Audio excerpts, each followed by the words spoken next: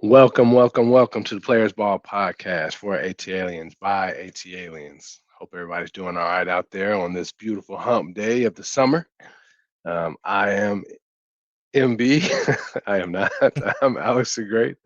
Join my brother MB. Um, we're gonna start off with some sad news, man.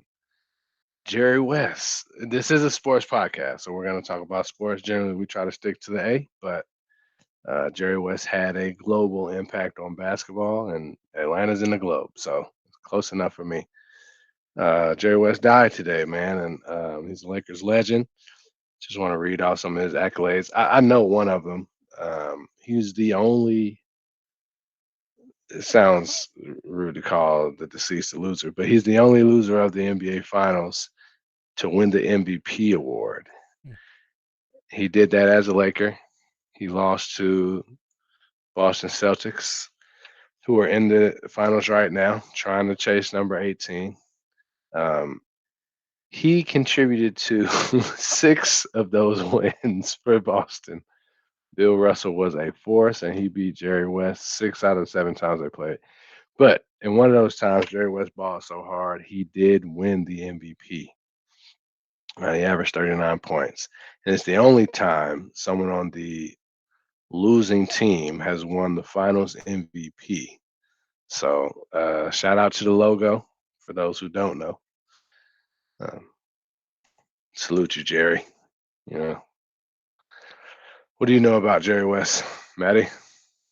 I know he was the logo of the association, which you said the Hawks are in this globe, and he was a global icon, but they too wear the logo in which Jerry West resides. So I know he was. Excellently done. Well done. I know he's a longtime Lakers legend, but unfortunately, I didn't get to watch much of his game, still pretty Mm. young. I don't know when he retired, but I didn't start watching professional basketball until I was in like first grade. So that No. was during the Michael Jordan dominance. So I can't say I've ever really watched Jerry. I've just always heard great things about who he was as a human and a player and the impact he had on the game. So watching him live was crazy, right? So I went to a couple of games back in '69. No, I've never seen him live either, brother.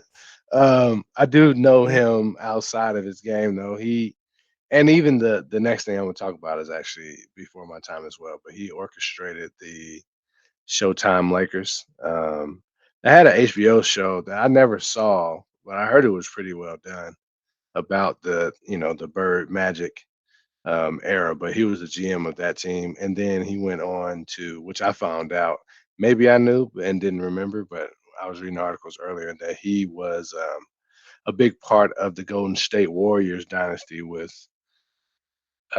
Steph and Clay and Draymond. So he had a hand in that as well. So my man was winning, except against Bill Russell, but everywhere he went.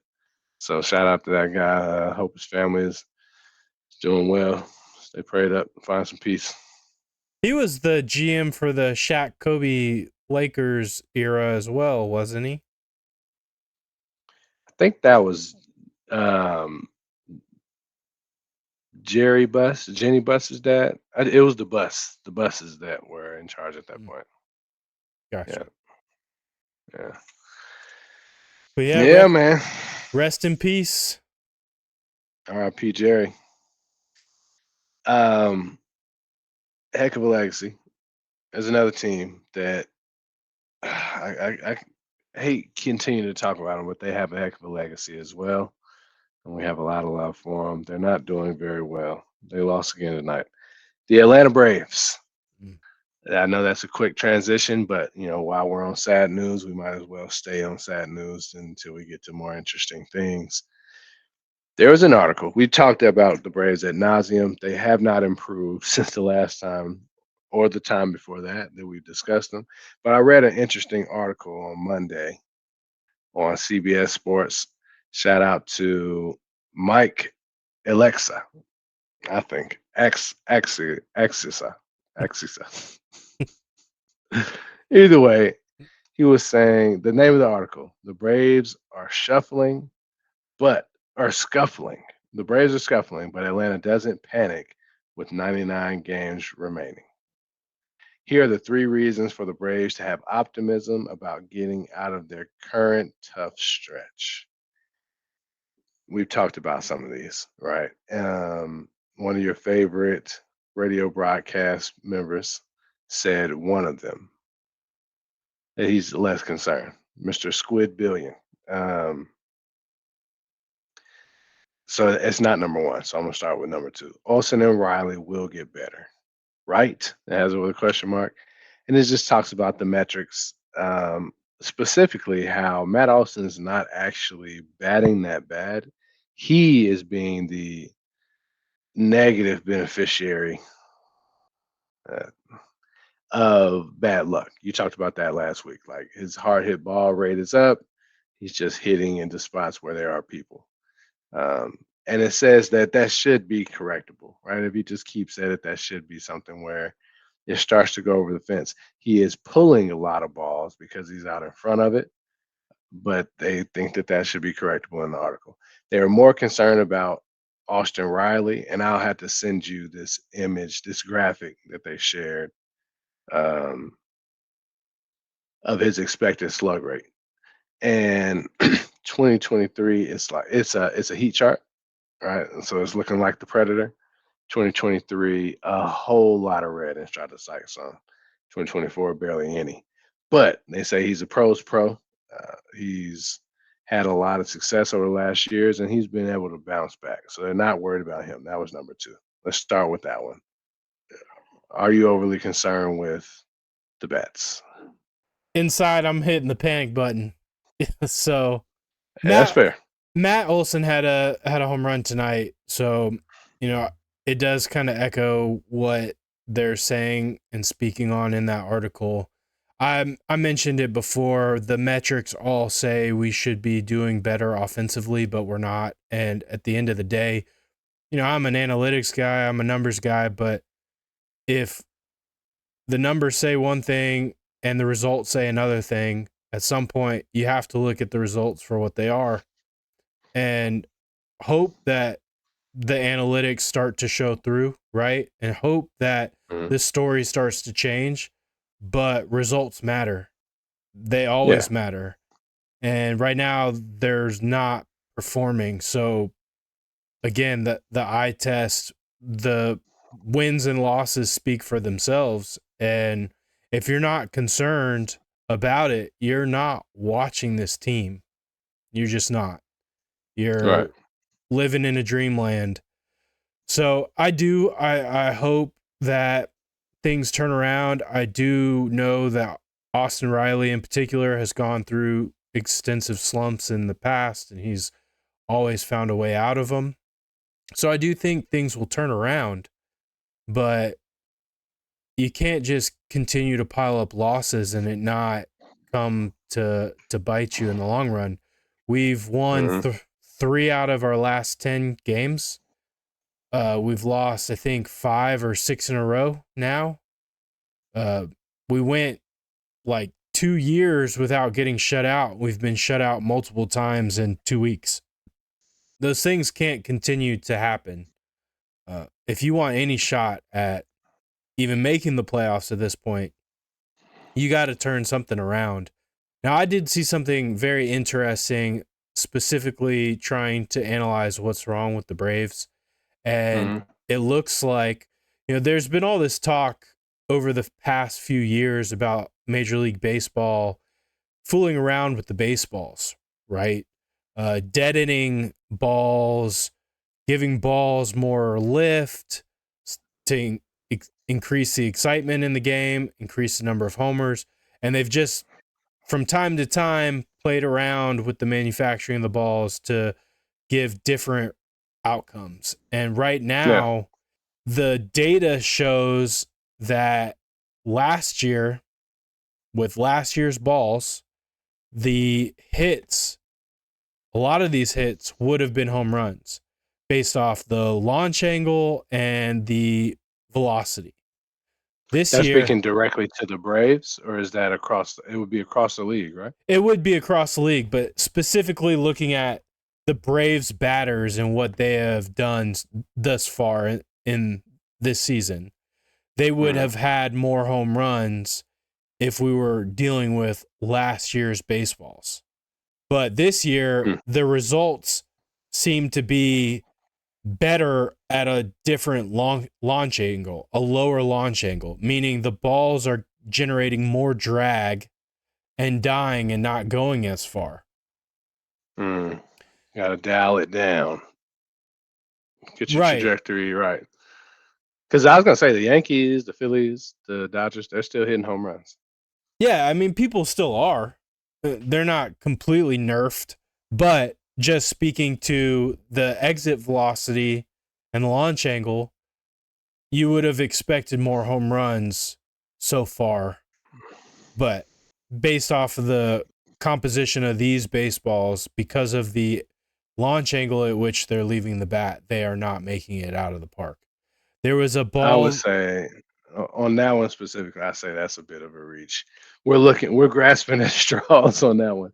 Just because the rest of the MLB is hitting with those same balls. It's not like the Braves at BP are training to hit it at a higher launch angle, right? Like our players are trained to hit at different launch angles than the rest of the league. And the best teams in the league are still putting up runs. It's just us. Yeah, and I understand we don't play baseball in a vacuum, so when you calculate distance traveled based off of exit velocity and angle, there are other factors at play that go into where that ball lands, right? Mhm. However, it is factually accurate that balls that were hit at the same exit velocity, at the same launch angle, were leaving the park last year and they're not leaving the park this year. And scientifically, you can do the math and calculate.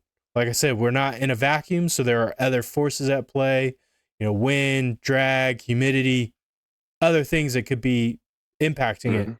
But you would still have expected more home runs given the data, right? Yeah. So it is. I just find it fascinating. I just think it's an interesting point to be made. And as you said, other teams are dealing with it just fine. So I'm not using that Mm. as an excuse by any means. I just think it's very intriguing that that's what the data shows. As far as where we go from here and your original questions, I do Well, let think me the second one. So that was the first one. I think you addressed that one adequately. Just because I feel like I know where you're going. There are three. That was the second item. The first one, there's still a virtual lock for the postseason. I don't believe It that. says four. Listen to this. The NL stinks. Four of the 15 NL teams have a winning record. Braves, Phillies, Dodgers, and the Brewers. Just four have a winning record. There's no reason to believe that they would turn it on before we do. At the current rate, Is we basically what will. this one is spelling out. At the current rate, we're not going to have a winning record in 2 weeks. And These other teams won't either. They're behind us for a reason. I looked in the standings yesterday, and the closest team to us, wild card wise, was San Diego Padres. But the Washington Nationals are not far behind us in our own division. So I don't They also agree. just beat us, though, right? And Yeah, when they play non-Braves, probably won't have the same results. they went 6-2 against us so far this year. Yeah, and that's for them to go 6-2 against us and still be sub 500. That means that was a fluke or a division rivalry, right? They were just juiced to play us. They've sucked against everyone else. Or they started the season slow and they're turning it on, just like you're expecting the Braves to turn it on. So their last 10, they played 10, 6 of their, or what is it, 3 of their last 10 games were against us. They're 6-4 in their last 10. It's a lot better than 3 3-7. Yeah. I'm just saying, I am not going to buy into this notion that it's a guaranteed wild card for this team the way that they're playing. In the last 6 weeks, they are well below 500 baseball. Accurate. So you can, Squid Billy, I'm talking to you specifically. You can take your pipe dream optimism and shove it, because until they prove that they can win again, I'm not counting anything out for this team. Okay. Number 3 is the one that's going to get you. That's going to get you on board. Alex Anthopoulos will be active at the deadline. Now, let me add, there's a note that they had here about 2021 and what he did, adding Adam Duvall and Jock and Eddie Rosario and Jorge Soler. But this one says, with the trade deadline still weeks away and the trade market has yet to really take shape, Anthopoulos can be patient. He can let the market develop and see how his internal options perform at the same time. Right. So he can both assess, he can allow the market to grow and assess the talent level that's here. I don't like the throwing out of the random pitchers for one game in every 10. I don't like that. I guess that's the way that you get eyes on everybody. You can see if someone has good stuff even if they get teed up, I guess. Is that accurate? I mean, I've said it a few times. There's a reason why these guys started the year in Double A, Triple A, Single A. And Schwellenbach, I think, was in Single A, and he's pitched, I guess, three weeks in a row. But Tonight you being said somebody liked his mechanics, like they had good stuff and he just needed to grow. Tom Glavine spoke very highly of Oh, him. good time. Yeah. I've Okay. I've watched him, and I'll be honest, I like what I see. However, we haven't given him any support offensively. So tonight he left the game. It was 2-0. Later, I think it was the 7th or 8th inning, Matt Olson hit a 2-run home run to tie it. And then the following inning, Hernandez was pitching and gave up a 2-run home run. So we went down Mm. 4-2. That was the final score. So I do like what I see from him, but in every start that he's had, he's gotten a little better, but he's gotten 0 run support, so it hasn't really mattered. Gotcha. It hasn't translated into wins and losses. I understand that. So, evaluate the Anthopoulos can be active at the deadline. The fact that he has more time than he had at 21 for the market to form, and he can continue to. We did get out to a high enough head start, right? We can't continue at this trajectory and make the playoffs. That's your point. I Do you agree. trust in him with the extra time to right the ship before the trade deadline, or not even right it, to make significant moves in an effort to right the ship? I agree that Alex Anthopoulos will do whatever he can in his power to right the ship, that he will be active at the trade deadline. He will try to add pieces. However, I don't think 2021 can be looked at as a normal occurrence where you bring in 3 guys and every single one of them hits and they propel you to a World Series victory. There's Mhm. a gigantic difference in the structure of the game now that they made, rule changes in 2022 that impact this deadline. More teams make the playoffs. More teams are going to be in the playoff hunt. Less teams are going to be selling. I do agree that right now there isn't really a market. If you do go out into the market, you're going to pay a king's ransom for someone, because not many teams are willing to throw in the towel at this point, because no one wants to signal to their fan base this early in the year that they're giving up on the season. Unless your fan base already knows, right? If you're trash right now, your fan base knows. So I've heard them mention the Rays, right? The Rays are trash. And they're mentioning like the top of dogs there. Aronzina, and I can't think of the pitcher, but it's 2 of their best players that they're trying to trade for. A Rosarena? Is that a Rosarina? Yeah. Thank you. Thank you. But yeah, they've come up because they are going to be in the hunt for picks or whatever it is, try to rebuild their farm system because they're not very good. And thinking about the NL as a whole, with it only being 4 teams above 500, I know that there are going to be more teams in the hunt because there are more playoff seats. Everybody's not in the hunt, man. Right? A lot of people are not in the hunt. There They're are not middling. If you're more. no longer middling, and that's based on the standings of other teams, if you're no longer middling, then you're not in the hunt, and you should sell while you strike while the iron's hot. First person to strike usually wins. There are more teams in the hunt now based off of the number of playoff positions, wild cards included, than there were in 2021. That is my point. And there are more teams that are going to be on that threshold to try to make a push. So less teams are going to be sellers. Yes, there are teams at the bottom. You have the Athletics, you have the White Sox, you have the Rays that will, for all, we have no reason to believe they won't be sellers. Let's just put it that way, right? Yeah, there will be sellers. But it will be less of them than in years past. And Yeah. teams at this point in the season are less willing to sell. They will wait for the trade deadline unless you're willing to pay a king's ransom for someone. So I think the extra time, we are over a third of the way through the season. This is no longer an anomaly, right? What we're seeing is who they are. I do think they have potential to get out of it. I am encouraged by the fact that we have Alex Anthopoulos at the helm, and he has time. And I do think maybe the volume of sellers will be down. Actually, you're right. I 100% agree with that. But there will still be major sellers. So just speaking in the National League, I'm going to list this off, right?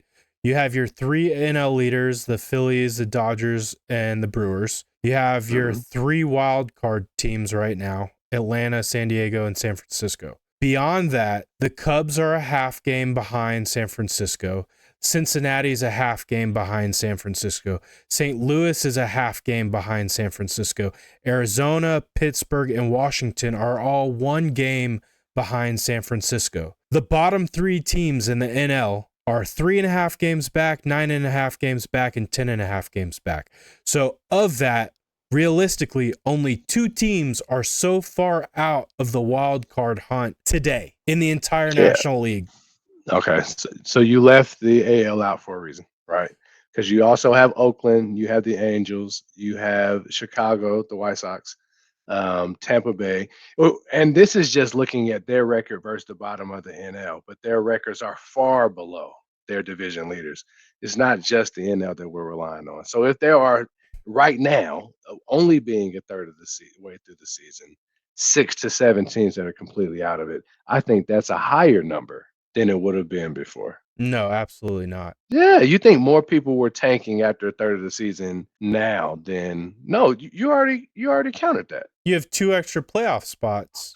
Right I now, know more people are not tanking. more people are not tanking. They've displayed who they are already, though. These people have shown who they are.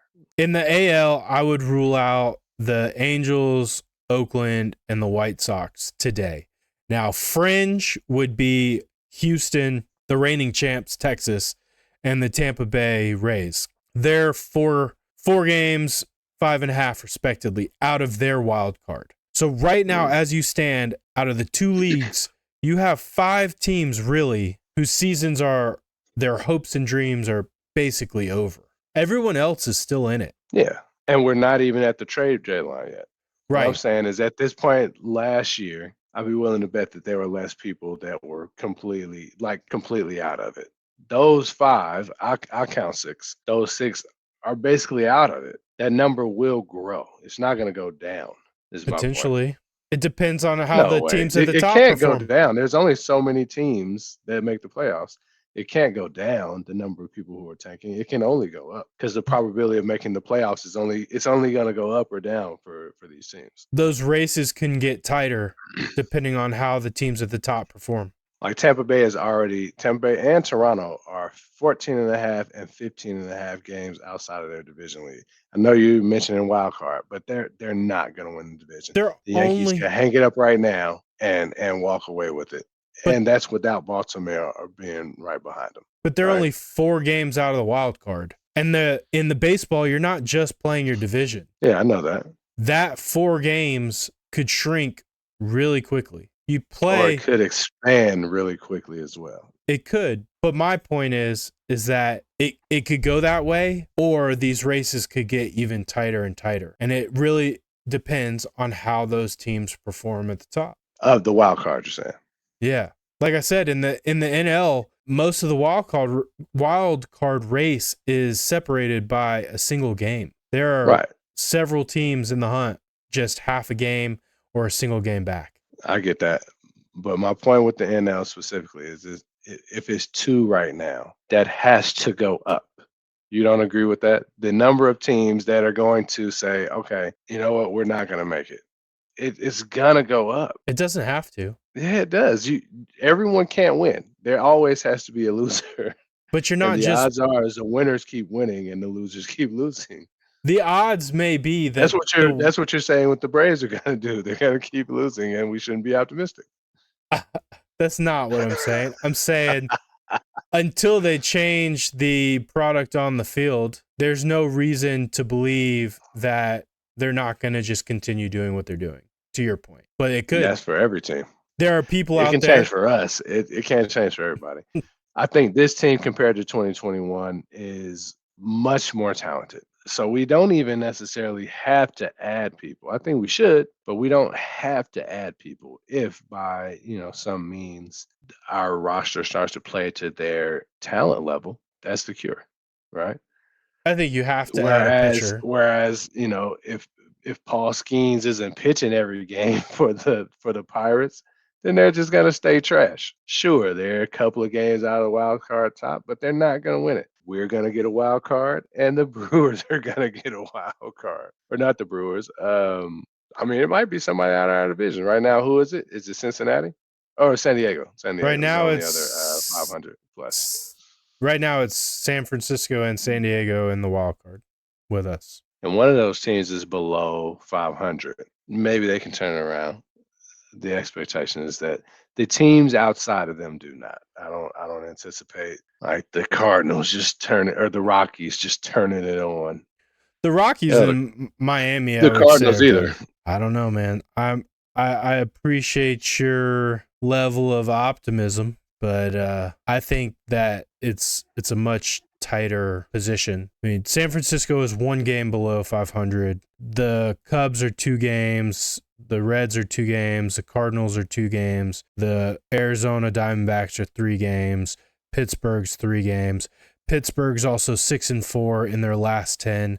Arizona 7-3. St. Louis is 5-5. Cincinnati is 8-2. Like, if they continue on that trajectory, they are going to surpass all 3 of the current NL wildcard teams. But that would also mean the current NL wildcard teams are trash and tanking. So there has to be a balance of power. You cannot have wins without losses. Everyone can't win more without some people losing more. And in the NL, you're going to play a lot of NL opponents. There's got to be a trade-off of wins and losses. If we have 2 people who are already out, that number is going to grow. I guarantee it. I agree with the bulk of that statement. However, I don't think it's as black and white as you're making it because salt, pepper. We do play, and they do play AL teams, and they also play the bottom of the division, right? They will play the Marlins. They are the bottom of the division. No, I'm saying those teams that are in the middle, right? The teams that are still in the hunt. They will play the Rockies. They will play the Marlins. They will play teams in the AL. And because of that, both can win. Like, the Braves and the Cubs can continue winning and stay half a game apart from one another for a very long time. They could win the same days. They could lose the same days. What ends up meaning the most is those head-to-head battles. Well, those head-to-head battles don't happen every night. They happen a lot of nights within the same division, right? So if the Cardinals at 32 and 34. They're going to have to run into the Brewers, who appear to be a very solid team, a bunch of times. I can't think of the term, right? It's not law of moving averages. That's the one that pops into my head, but that's not what I'm meaning.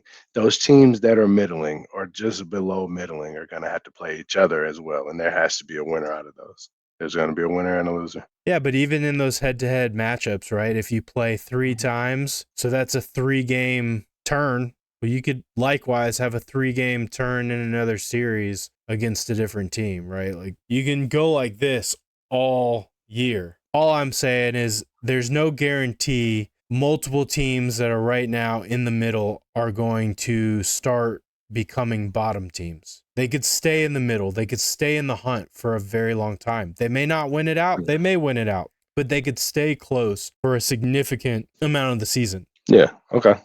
Now I can see that. I think but that third point about Alex Anthopoulos having time and the potential to make moves, I think is a reason for optimism. I do think that I know you won't say it. They're probably a lock for a wild card spot. That's reason for optimism.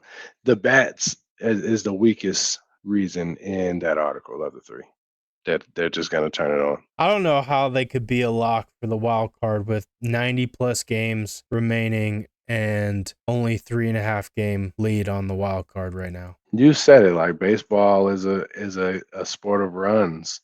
They've been on a bad run. For 2 months. That is the law of moving averages, right? That what has it been 2 months though? If it had been 2 months, they wouldn't be the top wild card spot. They had So they an amazing start to the year, and they've no, been. it wasn't amazing. We were trashing them then because they were barely winning. Max Fried wasn't playing good ball. We didn't have Spencer Strider fresh, and we didn't have a fifth starter. We hadn't seen what Ronaldo Lopez was going to be. They were not just balling out when they started the season. That is false. But you're forgetting the most important part of that entire statement in the beginning was all those things were true, yet we were still winning. Right. But we haven't played any better. And what I'm saying is odds are we are going to play better at some point. Let's hope, for sure. They went 2-1 in March, right? They lost 8 times in all of April, 14 times in May, and so far in June, they've lost 7 times. They've been the same team all season, is my point. If anything, the pitching has gotten better selectively. We were scoring runs more consistently early on. I mean, definitely in that Philly series, but we a fair share of the wins that I'm seeing aren't like high scoring games. 3-0, 5-0. There's an 8-3. In April, it was 9-0, 6-5, 9-8, 5-2, 6-5, 8-1, 9-7, 6-1, 6-2, 5-4, 8-3, 5-2, 3-0, 5-0, 4-3, 6-2, 4-3. Those were all of our wins. So all pretty decently high scoring, all four runs or more. And in June, 2-0, 5-3, 1-2, 0-3, 1-9. That doesn't sound too different. But man, we've been on them for a minute. Sticking to baseball, we both watched an interesting clip. Actually, let's cut to the clip. So once upon a time, obviously I played baseball, and growing up here in Los Angeles, I saw the likes of Eric Davis, Chili Davis, Daryl Thomas, Chris Brown, not that Chris Brown, Keyshawn. I don't know. No. Daryl Strawberry. Yep. And a host of others, just to name a few. As Yep. black players, Yep. American black players. Yes. But we don't see a whole lot of American black players in the major leagues today. Opening Right. day, it was only 6%. Record Right. historical low Right. for American black players to be playing in the major leagues. How can that get fixed and changed so we could get back to having more American baseball players out on the diamond? Okay, so to your point, that Atlanta Braves team that went from worst to first in 1991, I think we had 8 or 9 African-American players on our team. We had Terry Pendleton at third base. We had Brian Hunter, who also played first base for us. We had me and Wright. Deion Sanders and Otis Nixon in center, Ron Gant in left. We had Marvin Freeman in the bullpen, and I think we might have had Dwayne Henry. We had Keith Mitchell on the bench. We had 8 or 9 brothers on the team. That's unheard of. The Cincinnati Reds had a lot of brothers. St. Louis Cardinals had a lot of brothers. Cincinnati Reds had a lot of brothers with Mars Schott as the owner. You're right. They had a lot of brothers. So the question is that anybody would be asking is well, where'd all the brothers go? So I think let's talk about that. One, basketball and football have done such a great job of making their sports so sexy. And if you in the hood, all you need is a football. All you need is football. Growing up, I was in the hood.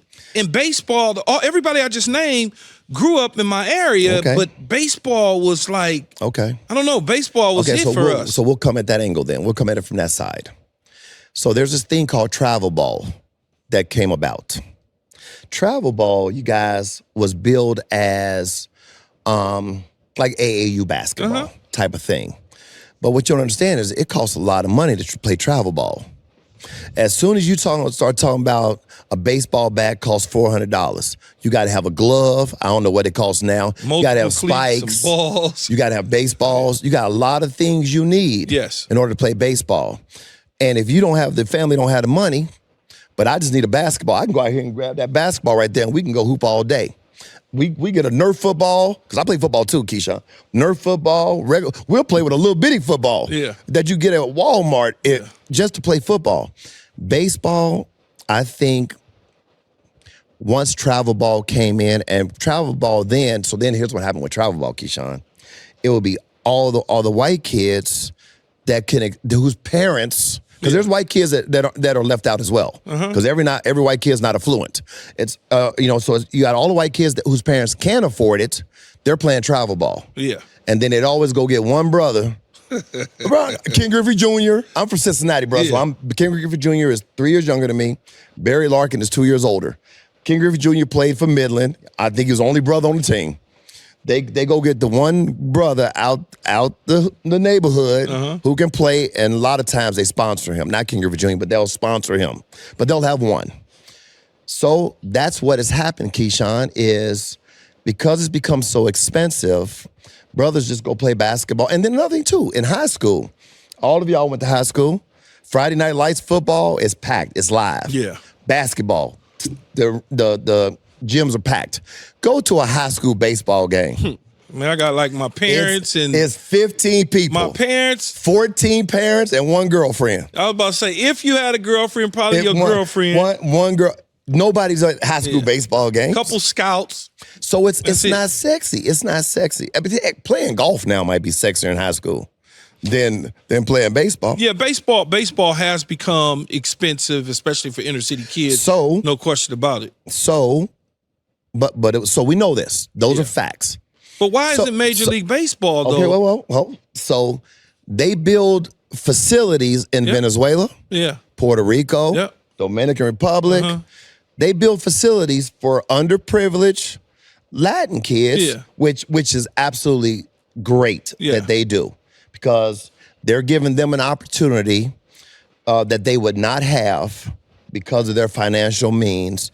And we see a lot of Latin players come to the major leagues and ball out. Why can't you do that stateside, though? Why can't you put facilities in L.A. and fund them? Put something in the South. Put something, put them, strategically around the country and provide an avenue for us to play like you do in these other countries. Well, Keyshawn, that's be simple to do, right? It feels that way. Right? Unless you really don't want to do it. Yeah. Unless you really don't want to do it. Yeah. Because it wouldn't be that hard. That baseball got a lot of money. And it could be write-offs. I mean, they got to find write-offs somewhere. So if you're not doing it, it's because you don't want to do it. And why don't you want to do it? Well, we can make it very elementary. Is obviously you just don't want us to play. You don't want us to be a part of it. And now with the money being so astronomical. David, does Major League Baseball do they view the Latins with the darker skin not black? Do they view that and say, we rather put the money into that than the actual communities that's underserved in America where black players can learn how to play baseball. You know what, Keyshawn? I can't go out on a limb and say that's what they're thinking. But we can make it's very simple. If you're able to go across the seas and build facilities and dorms over that far away, why can't you just go right around the corner over here and do it right here? You see? Mm-hmm. Because the Latin players, which and I say this seriously, I'm happy that they have built these facilities for them. Yeah. I'm very happy, man. Oh, yeah. You know what I mean? This is no knock against any of the Latin players. Thank God they've given you the opportunity. But they can do that same opportunity here, Keyshawn. And it wouldn't even be hard to do. So why don't you do it? Why don't you put the money behind it? Why don't you fund it? Because you obviously don't want to do it. Because who's keeping you from doing it? What other source out there is keeping Major League Baseball from doing this? Who's above the commissioner? Nobody. Nobody at all. So you've made the decision that, we'll give Jackie Robinson his day every year. You know what I mean? And you see him, man, come on, bro. A lot of interesting takes, right? We can start with that front half where he's talking about the statistics. And the number of black players on starting rosters it's at the lowest since, I think he said, 1959. That's I won't say like alarming, right? Because I'm not scared, but it's like, it's interesting. I don't know why that would be. A curious number for me would be to look at the demographics across the league just to see what demographic is the most populous within the MLB. I mean, when I think about the best players right now, almost all of them are from Latin America. Yeah, I would say just the eye test tells me if you look at the demographic, the majority is more than likely Latin American. I would be interested to look up the actual statistic. But yeah, I think he does somewhat answer, at least from my perspective, some of the reasons why that African American number may be down. And this has been something that is not unique to discussing in 2024. They have been talking about the decline of African American baseball players for the last decade, really. And we'll touch on it here in a second, but there was one Braves legend who made it part of his life mission to improve that and to continue to reach out to the African American community and promote baseball in communities around the US. But the things that David Justice mentioned, as in baseball isn't sexy anymore, I do agree with, right? Yeah. Basketball, football have taken hold of the United States as a whole, and baseball is like the third in line in terms of popularity. There are a lot more football players on a team than baseball players. There are a lot less basketball players on a squad, but as he mentions, you can play basketball anywhere, right? You don't need much. All you need is the one ball. Yeah. There are plenty of courts around different parks that you can find. You can play basketball. I disagree in part with his statements on football and baseball specifically needing, all this expensive equipment. Yes, if you want to play a traditional game of baseball, you need a bat, a glove, a ball, a field, bases, yada, yada, yada. But we used to play with a broomstick and a golf ball sized wiffle ball in my neighbor's driveway. You don't have to go that far. He describes football. You can go and get a Nerf ball at Walmart or whatever. Well, what's the difference between doing that, throwing a ball in the yard, and getting a Nerf ball or a tennis ball or a wiffle ball and playing in the street baseball? Not a whole lot. Well, you can practice the actual mechanics of the game if you have the proper equipment in baseball. Whereas with football, as long as you have a ball, you're literally just running. Right? That's why baseball is such a tough sport, is because you have to be good at very unique skills, right? Like Liam Neeson. Have a very unique set of skills. Baseball players are some of the best athletes in the world because they can do something that most other people can't do. Deion Sanders said it like this, like if success in a sport is hitting the ball every 4 times, 1 out of every 4 times you go up, you can tell how difficult that is. If you're just playing ball in the street, if you're just playing basketball in the street, you can dribble a baseball, or not a baseball. You can dribble like a tennis ball. You can dribble a golf ball. You can shoot. You can fake shoot anything, right? Football, you don't need pads and a helmet and all that. We never had pads and a helmet when we were playing. We just had a ball. So I do think that point is valid, right? That the equipment purchase is tougher, but I don't think that that's something that just goes away, right? In order to be skilled at baseball, you have to have the tools, not professional level equipment, but the tools like a glove, a ball, and a bat to have success. You also need a ton of people, right?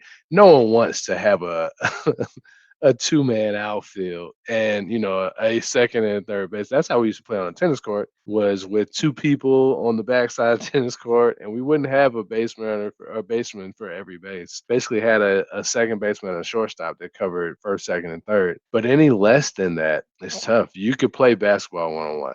Even football, you could get the ball and play one-on-one. It's tackling. So I just think there's credence to what he was saying there. I agree to an extent, but I disagree because a lot of those skills still translate. Like I said, you can take a broomstick and a ball of any type, a rock, and you can practice that hand-eye coordination that's required. You may need two people to do that specific skill. But for me personally, I used to take a bouncy ball, like a lacrosse ball, and throw it against the wall in the basement and practice fielding it, right? Like you can throw a tennis With ball. what were you fielding with? Just your hands? No, a glove, sometimes sometimes my hand, but a glove expense wise is not that out of reach for the average Joe. You can go to Walmart and buy a cheap glove. You don't have to buy a $300 glove. When you start getting into really expensive baseball gloves, you start getting into very specific position gloves, catcher's mitts, first base mitts. And then when you get real serious, playing competitively, yes, some of those gloves can be expensive. Bats are absurdly expensive, but you don't have to buy that fancy stuff to play around in the neighborhood and hone those skills. But you want to play against people who also have talent, and to play against those people, even if it's just your local little league, you do need a real glove. I'm looking at gloves right now. The first one that popped up was $69. Now I'm over at Walmart. That's 35. To his point, you can get a Nerf ball for $3, even in inflation prices. Basketball, you can just find a basketball. It's cheaper than a glove, right? Um, yeah, that's literally it's cheaper, It is and I think it's close. it is cheaper for those items, but to your original point, to actually have fundamentals for football, you need pads. You need a tackle. You need No, you don't. lots of people. No, you don't. You don't need any of that stuff to be fundamentally good at football. You need to be able to run fast or have great body control. You don't need equipment. That's things that enhance the game or protect you while you're playing the game. The baseball equipment is required equipment. For certain positions in football, that is true, but not for every position on the field. We're just talking about youth, right? To be able to get out there and play, to feel like you could do it at a competitive level. You cannot do that without equipment in baseball. You can do it without equipment in basketball and football.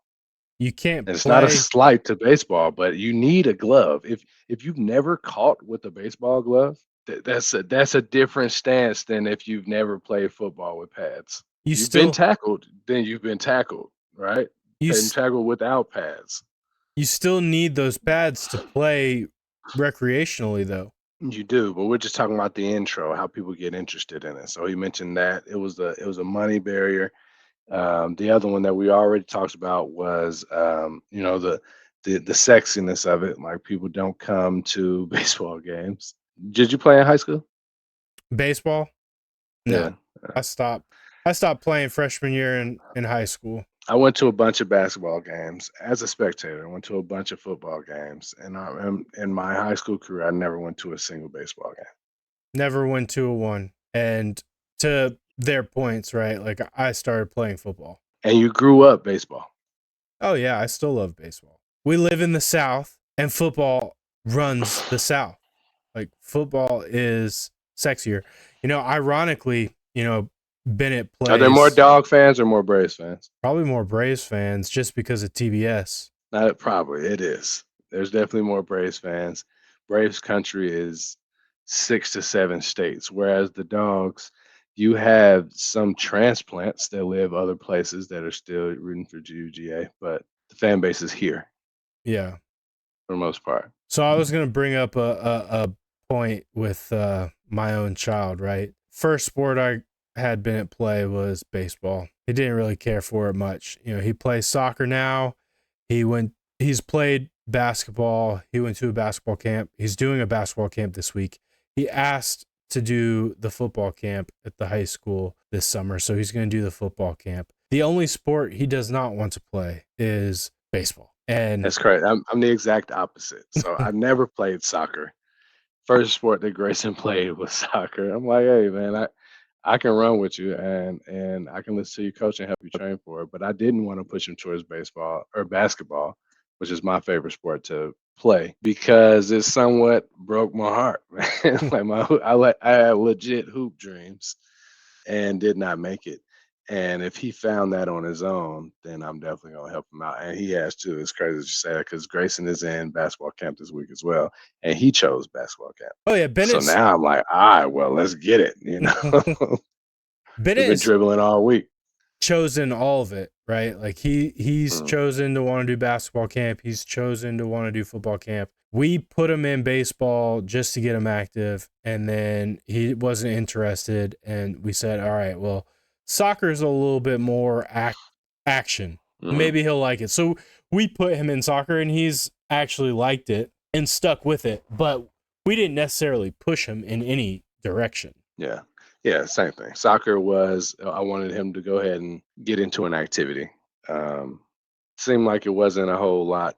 It's not a slight to soccer, but not a whole lot to learn. Run, kick the ball, right? As far as the age that he was starting. Whereas dribbling is a skill. Most kids can either run or they can't.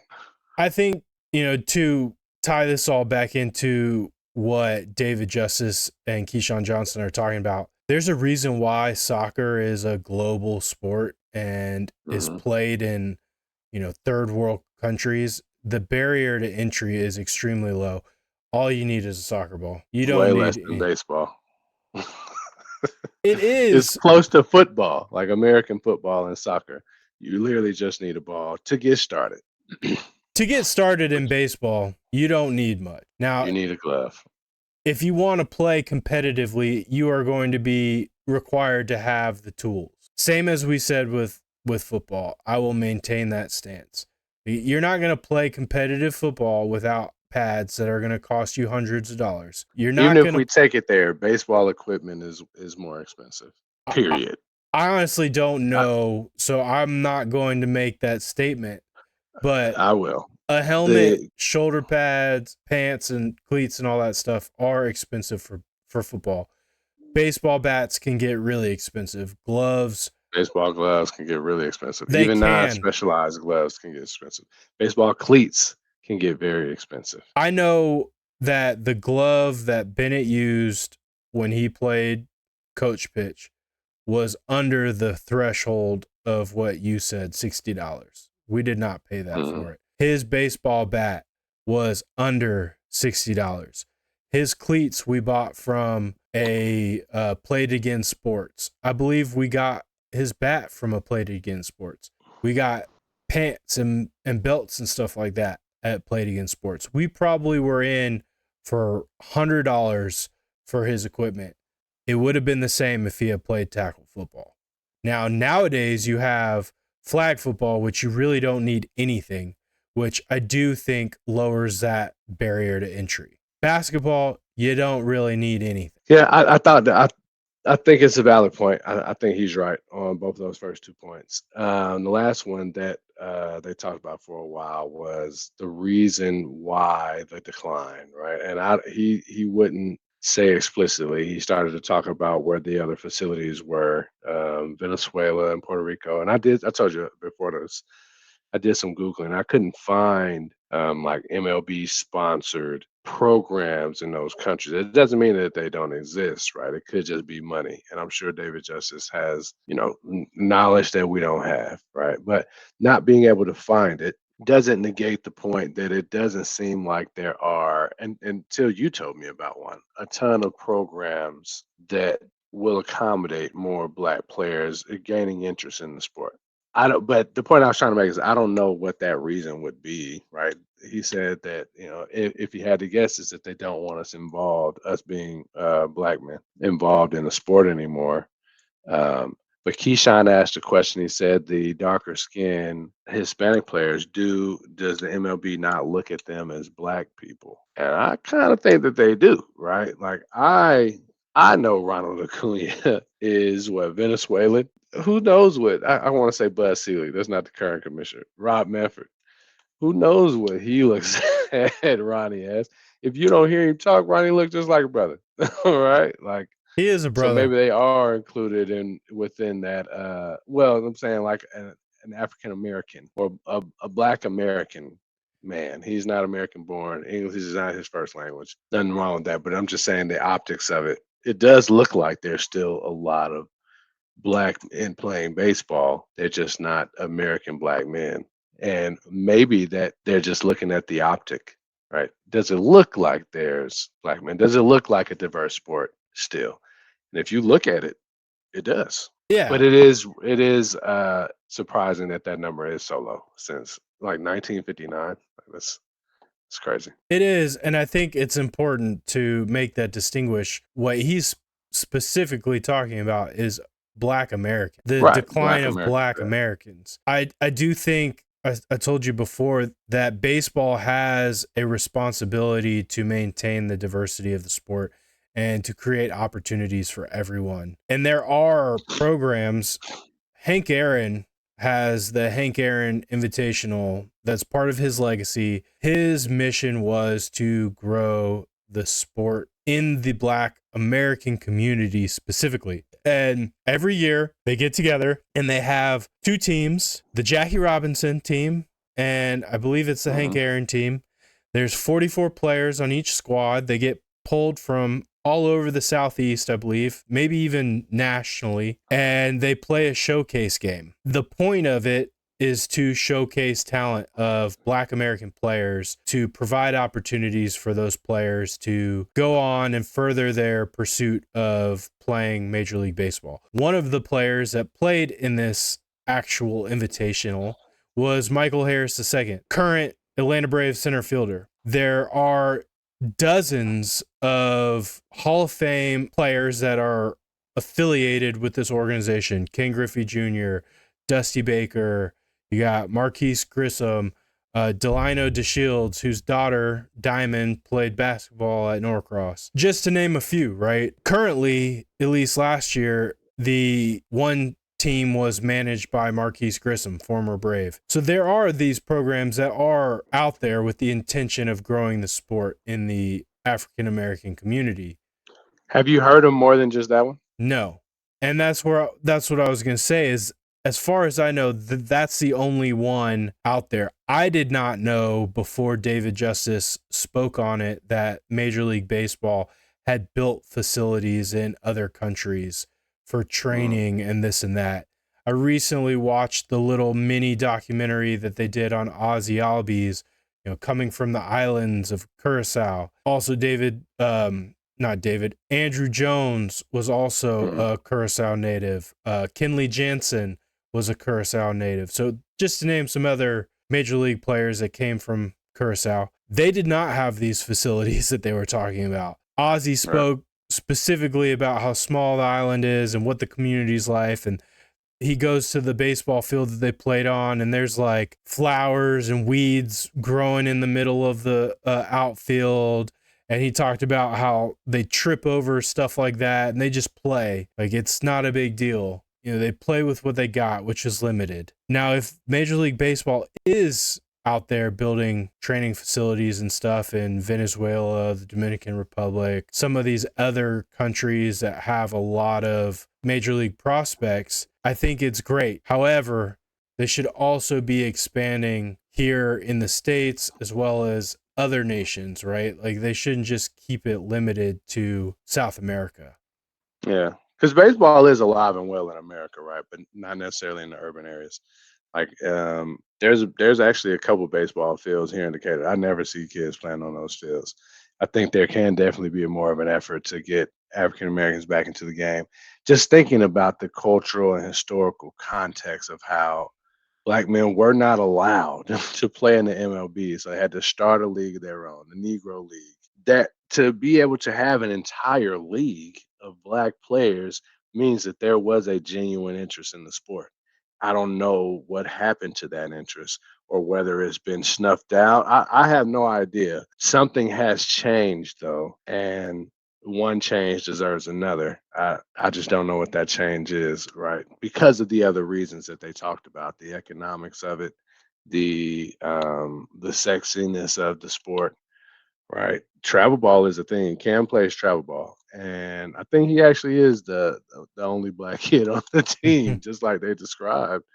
He's really good, and his parents are, they're not rich. I'm not gonna out in anybody's pockets, but they can afford to pay for all the equipment, and they spend good money on all that stuff. That's how I know that baseball equipment is so expensive now, right? This is based on conversations with them, but something is broken. I think that I agree with you. The MLB should have a hand in fixing it, especially if you're going as far as incorporating Negro League records into the MLB, right? It's not that baseball is not like Black people don't like baseball. That's just not true. So to get that engagement back up, man, would be something that I think is there. Should be is it their sole responsibility? No, I think it takes the community. Like Black people we have to have a hand in it, making a resurgence. But the financing of it, if the MLB is interested in that, then I do agree with the statement that they have the money to have an impact. They can do something if they want to do something. Yeah, for sure. I don't know if I 100% agree with the statement that if they can build these facilities in South America, they could do it just as easily here in America. I do think there are some barriers cost-wise that could make it more difficult.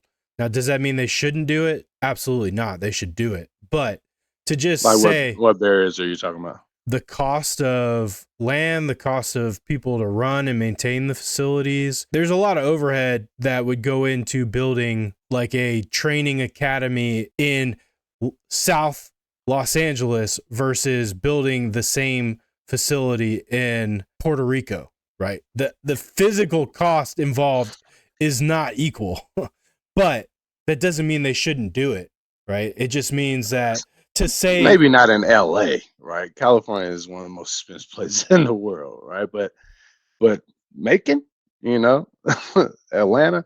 Now I know the Braves sold out but the Atlanta. We reach, talked about that, right? Check this out though. There's a lot of existing baseball diamonds all around the inner city. They're just not being utilized, likely because they don't have the people in the area don't have the equipment to play it. Let's just label that as the reason. The Hawks have a program or had a program. I think they still support the courts. They planted, they basically took existing courts and put their logo on them. But they resurfaced them. They put up new goals, new nets, right? For a professional sports organization, it's pennies. Um, it doesn't seem like it'd be a reach for the Braves to do something similar with the existing. You don't have to build $1 million facility. Revamp a couple of these existing baseball diamonds and help with some equipment. It seems like that would be that same drop in the bucket. And it would go a long way, right, to fostering continued relationship with the city right after they left. You know how I feel about that. I won't get into it, but there feels like there's an opportunity to do something like that. I agree with that. Now, that's not exactly what David Justice was referring to, right? He was talking Nah, about I'm changing a little bit. he's talking about dormitories and training facilities and essentially player development programs in these other countries. And that's what I'm saying. He makes a statement that if they could do it in South America, they could do it just as easily in America. And I don't necessarily agree with that 100%. There are barriers, as I mentioned. It's not one for one, right? There's a significant difference in cost and maintenance and the labor to run such facilities. But I do agree that if you're providing these outlets, you need to be spending an equal amount developing in your own country. And it could be as simple as doing things like what you're mentioning, revitalizing fields, putting Braves logos on fields, just dressing everything up, right? I mean, it's marketing, right? It's gonna be beneficial based on the money that you spend. United does it with soccer. They put up a few soccer parks around the city. So, no, I do agree with you. I want to take one step back and just talk on what I do think is a major culprit to what's going on. And it's not just, African American players, but all players. I think it hits African American groups harder, specifically because of the demographics. But travel ball is a real problem for the sport in general. David equates it to be, or says that it was sold as the AAU ball of baseball. And I do think that that's what the target is. But in today's day and age, with the likes of social media, YouTube, all of this exposure, everyone having a camera, the need for travel ball is not what it was once, right? The idea of travel ball was to be able to get all this additional exposure. You could play, I guess, quote unquote, year round. You get better training. It's not really necessary. And there are multiple professional baseball players that are very heavy advocates against the idea of travel ball, that say, if you're good enough, you will get seen. You will get the opportunity to play, at the major league or collegiate or even the minor league level. That there is no need to play travel ball, spend all this money, all this crazy time. You can get the same level of training, treatment, just playing in a traditional rec ball style league. And I agree with that wholeheartedly. I don't. Travel ball, at least for Caden or Cameron, is after the regular season, right? It's not like they're choosing one over the other. He's doing both. So you're supplementing the time with a lot of traditional baseball. There are benefits still for the pay to play, right? The travel ball organizations are making money, one, but with that money, they can extend their reach beyond apparent posting on social media. They have contacts with, they could advertise that, like, hey, play in our league. If you, number one, you had tryouts, so they're already saying, okay, this is for the best of the best. But when you do that and you charge these exorbitant amount of monies, you can also pay to have an actual scout come to a game, right? Whereas maybe you played 2 or 3 years and your team is just trash, um, and you don't have that scout. And this before you can get on a high school team because you're not in high school yet, but you have the talent that wants to be fostered. That's where that travel ball, that AAU comes in. It's not the same to me. Most travel ball, Caden or Cameron, Cameron, maybe. yeah. I thought they both played. They both play baseball. Cam tried out and made the travel ball team. Okay. It's like the Norcross All Stars is the travel ball. So All Stars is very different than travel ball. Travel ball is not in addition to rec ball. It is instead of rec ball. And they travel and play year round in these exclusive leagues. That's what this one is. I call it All-Star because he had to try out and it was the best of Norcross, but now they are traveling around Georgia playing other teams, the best teams of those other areas. Travel ball is traditionally a independent organization, not necessarily tied to a specific city or a specific league, that operates on its own, plays other travel ball organizations throughout the country. Yeah, I mean that's the same thing as All-Star. I don't know why you're I'm just saying it's not AAU like basketball, AAU basketball. There's a Gwinnett AAU league, right? And they play non-Gwinnett teams. That's the same premise of what they're doing But- for the Norcross or the Georgia Travel Ball / All-Star. and I got you, but what I'm specifically talking about is not in addition to playing rec ball. It is instead of playing rec ball. AAU ball is usually in between or after the season, as you mentioned, right? It's to bridge the gap. Travel ball is year round. But that's what he said. He said it's like AAU for basketball. So I imagine he's talking about what I'm describing, not what you're describing. The reason why it was designed, just as AAU was designed, was to increase the exposure level. Travel ball playing year round, the whole premise is increase exposure. And what I'm saying is that's no longer necessary with the way our society runs, with the likes of social media, with the fact that everybody has a camera in their hand pretty much at all times or in their pocket, with the smartphones and everything else. You will be seen. Like, if you are a top-notch player, you will be seen regardless of whether or not you're playing in travel ball or not. If you're the top-notch player, you could be really good, not top-notch, need a little supplemental training to take you over the top. You're not guaranteed to be seen just because of social media, right? Everyone has a smartphone. They don't all use it to post kids' baseball games. Most don't. No, most don't. But how many of those clips that go viral and all these players do you come across? If you're browsing the right places, you will come across a lot. The need for travel ball, the need for AAU isn't quite the same as what it was 10, 15 years ago. Yeah, I think the need that it's addressing has slightly shifted. I think it's still, as far as increased visibility, is still there. But now I think it's targeted visibility, right? When you are bringing in money, you can pay for scouts. You can pay. The right people want to be paid for their time, and you can pay them for their time if you have the money to do so.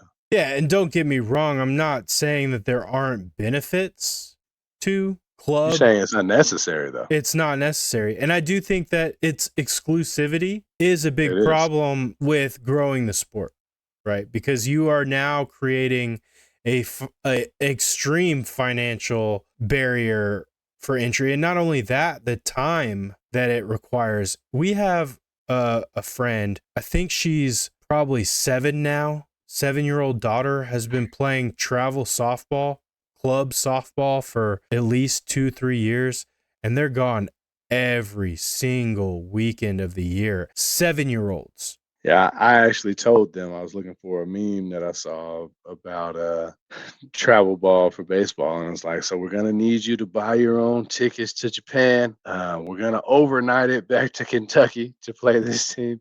We can't comp your parking because they're on the move like that. Their weekends are consumed by baseball right now, and their weeks. Right, they practice multiple times during the week. They have 3 to 4 games during the week. Now it's for like 2.5 months. Like maybe it's like 6 to 8 weeks. But that the time dedication, I mean, I never say never. I never sign up for that right now. I can't see that. As a parent that has multiple kids doing multiple activities and both parents working 9 to 5, jobs, I don't see how it's like even remotely possible to do what some of these families do. I mean, they sacrifice a lot. I commend those that do it, but I'm of the mindset, if my child is that good, he'll get seen.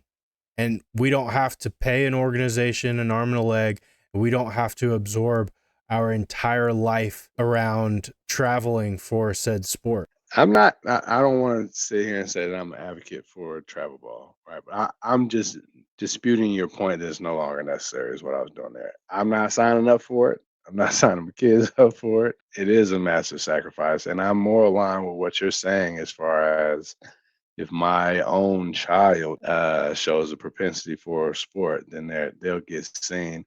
Now, I don't have a kid that has shown a high, and my kids are young. I'm sure they'll have something that they're really good at. Like right now, they're both really smart. Intelligence is a good thing to have, but if we're just talking about sports, they haven't shown a knack for anything. Grayson is fast, but all sports include running. Maybe I change my mind once there's something that he finds that he enjoys, that he's really good at, and we will make that sacrifice. As it stands, I'm not going for it. Yeah. And to come full circle, my original point that I was trying to illustrate is I do believe that the barriers that travel and club ball create financially and time wise definitely decrease the outreach, the amount of people. As David Justice put it, it's usually affluent white people with a sprinkle of pepper here and there, but that in and of itself is a big obstacle that Major League Baseball has to somehow overcome if it's going to change the trajectory of declining Black American players in the league, right? Like that is a giant obstacle that they're going to have to overcome. 100%. And my opinion is that travel ball isn't needed as it once was to create that level of exposure. Now, are there benefits of it? Absolutely. So every time I'm about to agree with you, you circle back to that point, and I gotta debate you on it again.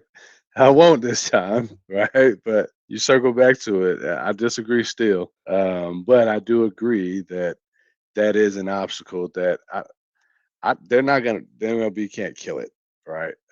Maybe they can in the position of providing an alternative. I think they have to That will be the provide, way that they get out of that scenario. and I think that's ultimately what the Hank Aaron Invitational does, right? It provides an alternative avenue for players to get that level of exposure and that experience. They need more of it. But I'm with you. Like they can't kill club and travel ball. People are that's like the beginning of boosters. They're never gonna get rid of boosters. Well, it's a free market, right? Like Yeah. they're completely non-affiliated. If someone wants to create a business model and do what they're doing, as long as it's not illegal, keep on keeping on. Shades of gray, my brother. Yeah. But man, we are way over. It's been a good night of debate. A lot Any of closing debate. thoughts? Yeah, probably our most debatey one yet. We were not aligned on much tonight. Final thoughts without opening a new topic.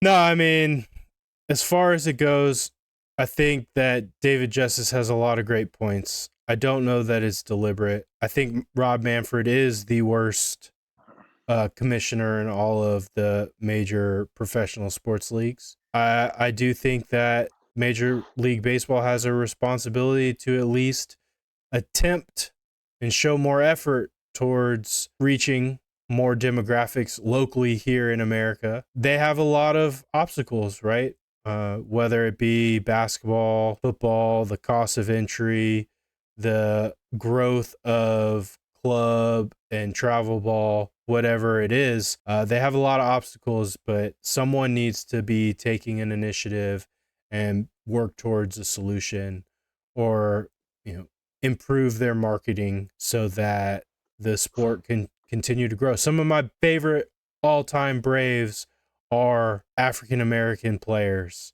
Fred McGriff, Dusty Baker, still one of the greatest coaches of all time. Marquise Grissom, King Griffey Jr., Barry Bonds. There's a ton of them that you can name that were just huge legends in the sport and even in our state. So Andrew Jones for many years until I found out otherwise. He's still one of my favorite players, but it's not one of my favorite black players. You mean American? You're right. Right. Love Tim Anderson. And if he didn't play for the Dodgers, I show love for Mookie Betts too, but he's the enemy. So Yeah, I mean, you can name quite a few current players, right? Mookie Betts, Jazz Chisholm, Michael Harris. Like there are definitely That's my 6%. list. Tim This what Anderson. Um like there's another. Marcus Simeon. I can tell you a lot more players than I can black players. Oh, absolutely. 6% is accurate. Yeah. As far as the players that I can name. But that Probably more 6%, than that, but the 6% is at least influential. yeah, they're all really good. All right. Well, we appreciate everybody listening. Like, subscribe, comment. Where do you land with blacks in the MLB? Should the MLB be doing more? What is the solution? What do you think about the obstacles? Just talk to us. We want to hear from you. So, like, subscribe, comment, and we appreciate you. See you on the other side. Peace. I gotta give you this anecdote. And you brought up Grayson and how he's, fast, and all sports Yeah. require being fast. So Bennett, he gets in the car yesterday. It was his first day of basketball camp. And I asked him how it was. I asked him if it was fun. And he said it was fun. I asked him, about what they did. And he says, man, it was hard. And I was like, what was hard about it? Passing the ball with people in your face, shooting the ball with people in the face. And I said, what about all the running? He said, no, I was born to run. I was born to run. I was No, like, Dad, I got that. Don't worry about that. I was like, you mean like humans were born to run, or like you specifically, you're born to run? He's like, nah, I'm born to run. Me, Dad. Where did he say he was gonna ship you, man? Ship you to Albuquerque? Abu Ship you to Dhabi. Albuquerque, Dad. Abu Dhabi. I'm ship you to Abu Dhabi, Dad. Yeah, whenever he says, I'm going to ship you to Abu Dhabi, I'm like, please do, man. I want to go visit there. Yeah, it does look nice. It does look nice.